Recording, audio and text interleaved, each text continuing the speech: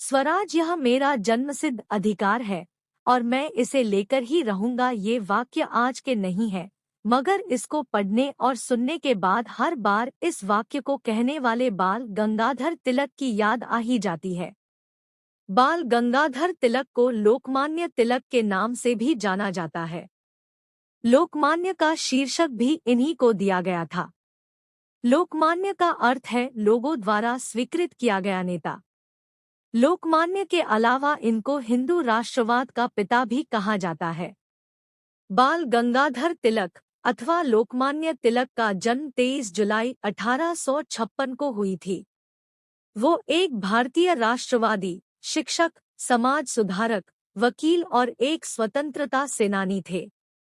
ये भारतीय स्वतंत्रता संग्राम के पहले लोकप्रिय नेता हुए। इन्हें हिंदू राष्ट्रवाद का पिता भी कहा जाता है। बाल गंगाधर तिलक को ब्रिटिश राज के दौरान स्वराज के सबसे पहले और मजबूत अधिवक्ताओं में से एक माना जाता है। उस दौरान उन्होंने मराठी भाषा में नारा दिया था। उनका मराठी भाषा में दिया गया नारा स्वराज्य हा माझा जन्मसिद्ध हक्क आहे आणि तो मी मिळवणारच, हिंदी अर्थ स्वराज यह मेरा जन्मसिद्ध अधिकार है और मैं इसे लेकर ही रहूंगा, बहुत प्रसिद्ध हुआ था। उन्होंने भारतीय राष्ट्रीय कांग्रेस के कई नेताओं से एक करीबी संधि बनाई, जिनमें बिपिन चंद्र पाल, लाला लाजपत राय, अरविंद घोष, वी.0 चिदंबरम पिल्ले और मोहम्मद अली जिन्नाह शामिल थे। बाल गंगाधर तिलक का जन्म महाराष्ट्र स्थित रत्नागिरी जिले के गांव चिखली में हुआ था। रत्नागिरी गांव से निकलकर आधुनिक कॉलेज में शिक्षा पाने वाले ये भारतीय पीढ़ी के पहले पढ़े लिखे नेता थे। इन्होंने कुछ समय तक स्कूल और कॉलेजों में गणित पढ़ाया। अंग्रेजी शिक्षा के ये आलोचक थे। इस वजह से ये मानते थे कि यह भारतीय सभ्यता के प्रति अनादर सिखाती है। इन्होंने दक्कन शिक्षा सोसाइटी की स्थापना की ताकि भारत में शिक्षा का स्तर सुधरे। शिक्षा का स्तर सुधारने की दिशा में भी काफी काम किया। बाल गंगाधर तिलक ने इंग्लिश में मराठा दर्पण व मराठी में केसरी नाम से 2 दैनिक समाचार पत्र शुरू किए। ये दोनों जल्द ही जनता में बहुत लोकप्रिय हो गए। तिलक ने अंग्रेजी शासन की क्रूरता और भारतीय संस्कृति के प्रति हीन भावना की बहुत आलोचना की। इन्होंने मांग की कि ब्रिटिश सरकार तुरंत भारतीयों को पूर्ण स्वराज दे। वो अपने अखबार केसरी में अंग्रेजों के खिलाफ काफी आक्रामक लेख लिखते थे। इन्हीं लेखों की वजह से उनको कई बार जेल भेजा गया। चूंकि उन दिनों कांग्रेस का राज था, इस वजह से वो भी भारतीय राष्ट्रीय कांग्रेस में शामिल हो गए, लेकिन जल्द ही वे कांग्रेस के नरमपंथी रवैये के विरुद्ध हो गए। वो उनके विरोध में बोलने लगे। इसके अलावा कई अन्य नेता भी इसी तरह से विरोध में बोलने लगे और कई समर्थन में बोलने लगे, जिसकी वजह से 1907 में कांग्रेस गरम दल और नरम दल में विभाजित हो गई। गरम दल में तिलक के साथ लाला लाजपत राय और बिपिन चंद्र पाल शामिल हो गए। इन तीनों को लाल बालपाल के नाम से जाना जाने लगा। 1908 में तिलक ने क्रांतिकारी प्रफुल्ल चाकी और खुदीराम बोस के बम हमले का समर्थन किया, जिसकी वजह से उन्हें बर्मा, अब म्यांमार स्थित मांडले की जेल भेज दिया गया। जेल से छूटकर वे फिर कांग्रेस में शामिल हो गए और 1916 में एनी बेसेंट और मोहम्मद अली जिन्ना के साथ Akhil Bharatiya home rule league की स्थापना की।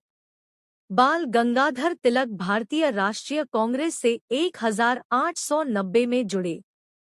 वे अपने समय के सबसे प्रख्यात आमूल परिवर्तनवादियों में से एक थे। इसके अलावा वो जल्दी शादी करने के भी विरोधी थे। इसी वजह से वो शुरू से ही 1891 एज ऑफ कंसेंट विधेयक के खिलाफ थे, क्योंकि वे उसे हिंदू धर्म में अतिक्रमण और एक खतरनाक उदाहरण के रूप में देख रहे थे। इस अधिनियम ने लड़की के विवाह करने की न्यूनतम आयु को 10 से बढ़ाकर 12 वर्ष कर दिया था।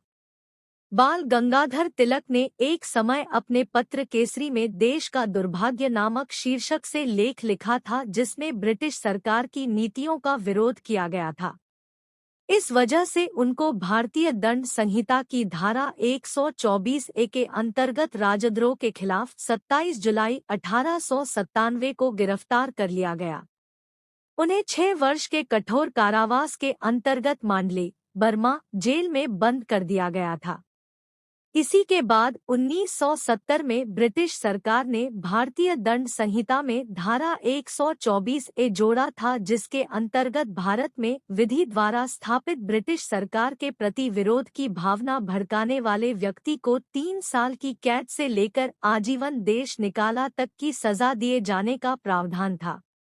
1898 में ब्रिटिश सरकार ने धारा 124 ए में संशोधन किया और दंड संहिता में नई धारा 153 ए जोड़ी, जिसके अंतर्गत अगर कोई व्यक्ति सरकार की मानहानि करता है, यह विभिन्न वर्गों में नफरत फैलाता है या अंग्रेजों के विरुद्ध घृणा का प्रचार करता है, तो यह भी अपराध होगा।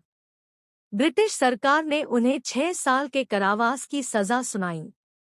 कारावास के दौरान तिलक ने जेल प्रबंधन से कुछ किताबों और लिखने की मांग की, लेकिन ब्रिटिश सरकार ने उन्हें ऐसे किसी पत्र को लिखने पर रोक लगा दी जिसमें राजनैतिक गतिविधियां हो। तिलक ने कारावास में एक किताब भी लिखी। कारावास की सजा पूर्ण होने के कुछ समय पूर्व ही बाल गंगाधर तिलक की पत्नी का स्वर्गवास हो गया। इस खबर की जानकारी उन्हें जेल में भी एक खत से हुई। ब्रिटिश सरकार की तुगलकी नीतियों की वजह से वो अपनी मृतक पत्नी के अंतिम दर्शन भी नहीं कर पाए थे। सन 1919 में कांग्रेस की अमृतसर बैठक में हिस्सा लेने के लिए स्वदेश लौट रहे थे। इतने समय तक तिलक इतने नरम हो गए थे कि उन्होंने मॉन्टेग्यू चेम्सफोर्ड सुधारों के द्वारा स्थापित लेजिस्लेटिव काउंसिल, विधायी परिषद के चुनाव के बहिष्कार की गांधी की नीति का विरोध ही नहीं किया। इसके बजाय तिलक ने क्षेत्रीय सरकारों में कुछ हद तक भारतीयों की भागीदारी की शुरुआत करने वाले सुधारों को लागू करने के लिए प्रतिनिधियों को यह सलाह अवश्य दी कि वे उनके सहयोग की नीति का पालन करें। लेकिन नए सुधारों को निर्णायक दिशा देने से पहले ही 1 अगस्त 1920 को मुंबई में उनकी मृत्यु हो गई। उनकी मौत पर श्रद्धांजलि देते हुए महात्मा गांधी जी ने उन्हें आधुनिक भारत का निर्माता कहा। जवाहरलाल नेहरू ने उन्हें भारतीय क्रांति का जनक कहा था।